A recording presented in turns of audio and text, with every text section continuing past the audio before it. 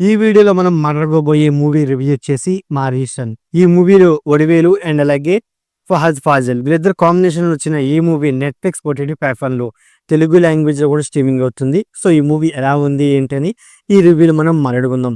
ఇక ఈ మూవీ గురించి సింపుల్ గా చెప్పొస్తే ఓవరాల్ గా మూవీ అనేది ఒక థ్రిల్ అండ్ అలాగే క్రైమ్ జోనర్ మూవీ అని చెప్పుకోవచ్చు అనమాట. ఎందుకంటే ఓవరాల్ గా మూవీ స్టార్ట్ అయ్యేది మెయిన్ గా అంటే ఫహద్ ఫాజిల్ గారు ఒక దొంగ క్యారెక్టర్‌లో, వడివేలు గారు ఒక మతిమరుపు క్యారెక్టర్‌లో ఉంటారనమాట. ఓవరాల్‌గా మూవీ ఫస్ట్ హాఫ్ అనేది ఒక మనీ మీద బేస్ అయి నడిచిద్దని చెప్పుకోవచ్చనమాట. ఇక ఇంటర్వెల్‌కొచ్చేపాటికి ఇంటర్వెల్ పోర్షన్‌లో ఈ మూవీ అనేది ఒక థ్రిల్లింగ్ జోనర్‌లోకి వెళ్ళిపోద్దనమాట.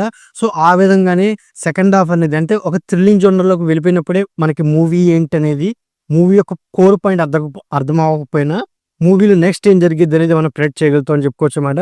సో దానివల్లే సెకండ్ హాఫ్ అనేది నాకు అంతగా ఎంగేజింగ్ లేదని చెప్పుకోవచ్చు అనమాట. ముఖ్యంగా సెకండ్ హాఫ్ లో వడివేలు గారి భార్య క్యారెక్టర్ వచ్చే కొన్ని ఎమోషన్ సీన్స్ అవనండి, క్లైమాక్స్ పోర్షన్ అవనండి మూవీకి కాస్త ఎంగేజ్ అని చెప్పుకోవచ్చు అనమాట. అంతేకాకుండా క్లైమాక్స్ పోర్షన్ లో వడివేలు గారు ఒక కోర్టులో మాట్లాడే సీన్స్ అనేవి, ఆ సీన్స్ లో ఒక బలమైన డైలాగులు, ఒక బలమైన ఎమోషన్ కన్వే చేసి ఉంటే ఇంకొంచెం బెటర్గా ఉండేదని నాకైతే అనిపించింది అని చెప్పుకోవచ్చు అనమాట.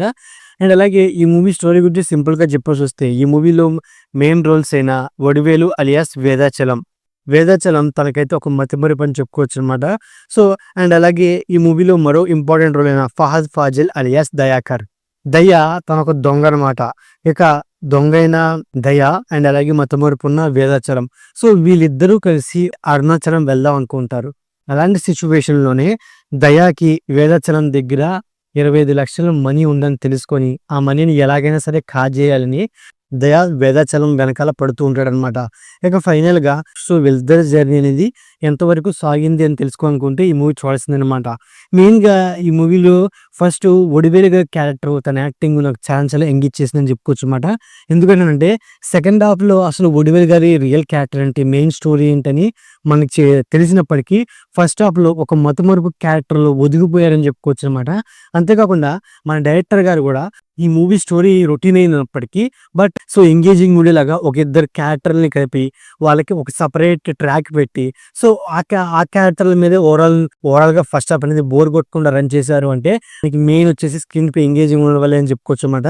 ఇక సెకండ్ హాఫ్ అనేది మనకి పెట్టబుల్ గా ఉండడం వల్ల మూవీ అనేది అంత ఎంగేజ్ చేయదని చెప్పుకోవచ్చు అనమాట. బట్ ఇక్కడ కూడా కొన్ని సిచ్యువేషన్స్ లో పోలీస్ క్యారెక్టర్ కి ఇంకొంచెం ఇంపార్టెన్స్ ఇచ్చి ఉంటే బెటర్గా ఉండేది, ఇంకా మూవీ అనేది ఇంకొంచెం ఎంగేజింగ్ ఉండేది అని చెప్పుకోవచ్చు అనమాట. సో యాజ్ యూజువల్ క్లైమాక్స్కి వచ్చేపాటికి అంత అయిన తర్వాత పోలీసులు వస్తారు, ఇక కోర్టులో సబ్మిట్ చేస్తారు, వాళ్ళకి శిక్ష పడింది. సో ఆ పాయింట్ తో మూవీని క్లోజ్ చేయడం నాకు అంతగా ఎంగేజింగ్ లేదని చెప్పుకోవచ్చు అనమాట. ఇక ఈ మూవీ తమిళ మూవీ అయినప్పటికీ తెలుగు డబ్బింగ్ బాగుందని చెప్పుకోవచ్చు అనమాట. ఇక పర్ఫార్మెన్స్ విషయానికి వస్తే మెయిన్ గా వడివేలు గారు అండ్ అలాగే ఫహద్ ఫాజిల్ వాళ్ళిద్దరి బెస్ట్ యాక్టింగ్ ఇచ్చారని చెప్పుకోవచ్చు అనమాట. సో మిగతా యాక్టర్స్ కి అంత స్కోప్ లేదని చెప్పుకోవచ్చు అనమాట. మ్యూజిక్ విషయానికి వస్తే సాంగ్స్ అండ్ అలాగే బ్యాక్గ్రౌండ్ మ్యూజిక్ నా పరంగా సోర్స్ కూడా నేను చెప్పుకోవచ్చు అనమాట. సినిమాటోగ్రఫీ ప్రొడక్షన్ వేస్తే ఈ మూవీకి మరో ఎంగేజ్ అని చెప్పుకోవచ్చు అనమాట. సో ఓవరాల్ గా ఇదండి మా రీసెంట్ మూవీ రివ్యూ. నా రివ్యూ నచ్చితే వీడియోకి ఒక చిన్న లైక్, అలాగే మన ఛానల్ని సబ్స్క్రైబ్ చేసుకోండి. Okay, thank you.